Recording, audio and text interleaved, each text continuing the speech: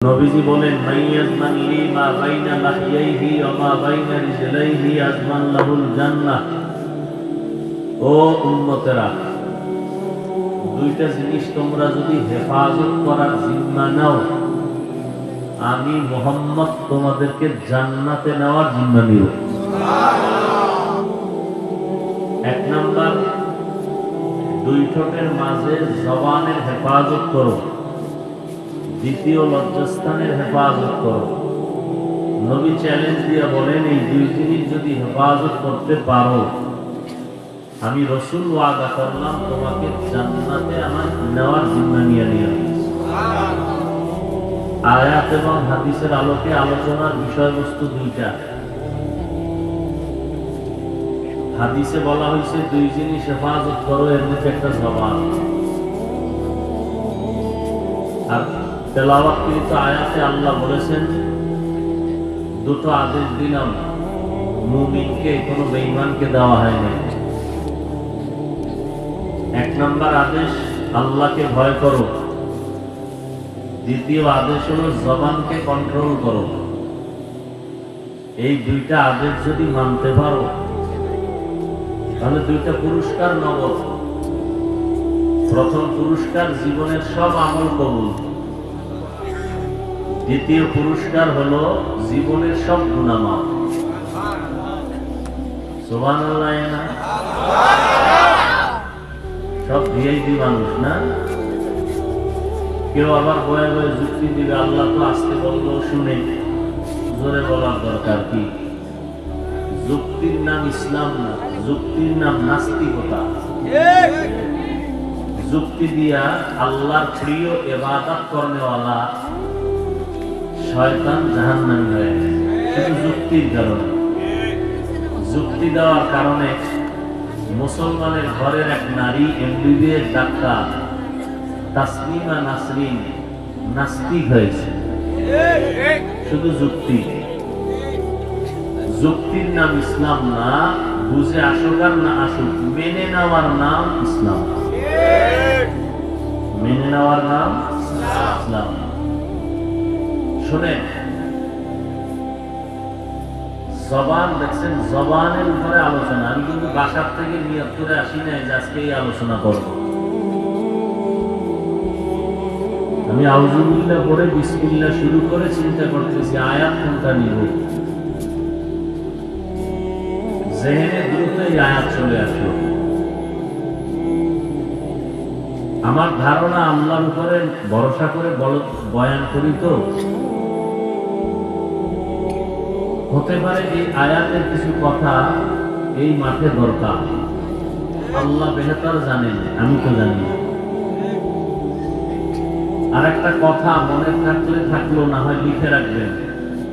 আপনারা তো অনেক দামি মানুষ, শিক্ষিত মানুষ। আমরা টুপিওয়ালারা বোকা। আমরা আপনাদের একটা গালি দিতে অনেক চিন্তা করি, আপনাদের বিরুদ্ধে একটা কথা বলতে অনেক হিসাব করি। আপনারা আমাকে গালি দিতে কোনো হিসাব নাই, ইমামের বিরোধিতা করতে কোনো হিসাব করেন না। আমরা বোকা তো, এই জন্য হিসাব করি। আপনাদের দেখলে আগে সালাম দিই। যদি চিন্তা করতাম আপনি আরবি জানেন না, কোরআন পড়তে পারেন না, দাড়ি নেই, টুপি নেই, সুদখোর আপনি, সালাম আপনি আমারে দিবেন না দিলে নাই। আমাদের অন্তরে এটা নেই। দেখা হয়েছে আগে সালাম দিয়ে দিছে, আর আপনি বয়ে থাকেন হুজুর আমারে সালাম দিবে, ইমাম সাহেব আমারে সালাম দিবে। আহা, আমাদের বরিশালের ভাষায় বলে কারো জ্যৈষ্ঠ মাস, কারো সর্বনাশ। এই জাহিদটা গেছিল মাদ্রাসায়, কোন গেছিল? জাহিদটাকে একটা ছিল ছেলে, হ্যাঁ কোন কোন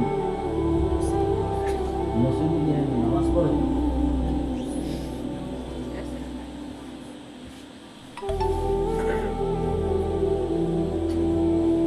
হ্যাঁ, বড় কঠিন জিনিস।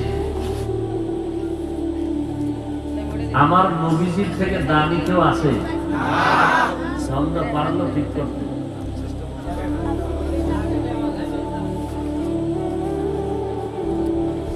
শোনেন, একটা কথা হয়েছে লেখা রাখতে হবে, সেটা বলি নাই, বলতেছি, খেয়াল করেন। বয়ান ভালো হওয়া না হওয়া এক নাম্বার আল্লাহর তরফ থেকে। কার রহমতে? কিন্তু বাহ্যিক দৃষ্টিতে বক্তার বয়ান ভালো খারাপ হওয়া সম্পূর্ণ নির্ভর করে বক্তার এলেম, আমল আর ক্রেডিট না, বাহাদুরি না, শ্রোতাদের কলবের মহব্বত আর আকর্ষণের উপরে বয়ান হয়। এই কথাটা লিখে রাখেন মরণ পর্যন্ত। আমি মরে গেল কিন্তু কথাটা সত্য, আর আমার বানানো কথা না। এ বিষয়ে আমার আলাদা বয়ান আছে।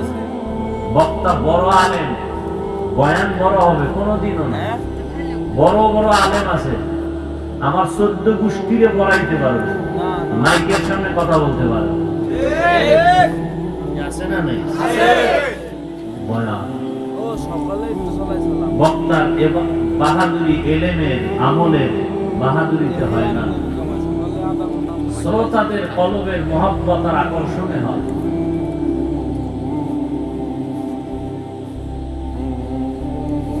কত কষ্ট করে এখানে আসছে, এটা তো আপনারা দেখেন। হ্যাঁ, কি পরিমাণ ঔষধ খাই আমার বংশে, আমার বাবা মা কেউ খায়।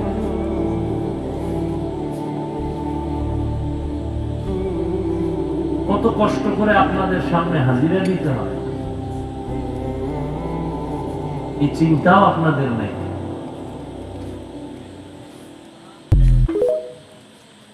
আল্লাহ, তারপর চুপচাপ থাকি, চিন্তা করি আমি যদি আল্লাহর উপরে ভরসা করে সঠিক পথে চলি, তাহলে যে যা কিছু বলুক আর নাই বলুক, ও কিছু পরোয়া নেই।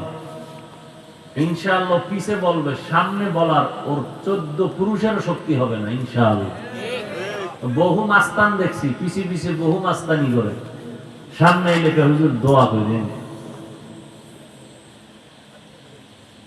কারণ যদি ইখলাসের উপরে থাকে কেউ, আর তার পেছনে যদি কেউ ইজ্জত নষ্ট করার ফিকির করে, আল্লাহ তার ইজ্জত হেফাজতের জিম্মাদার পাঠায়, ফেরেশতা জমিনে পাঠায়।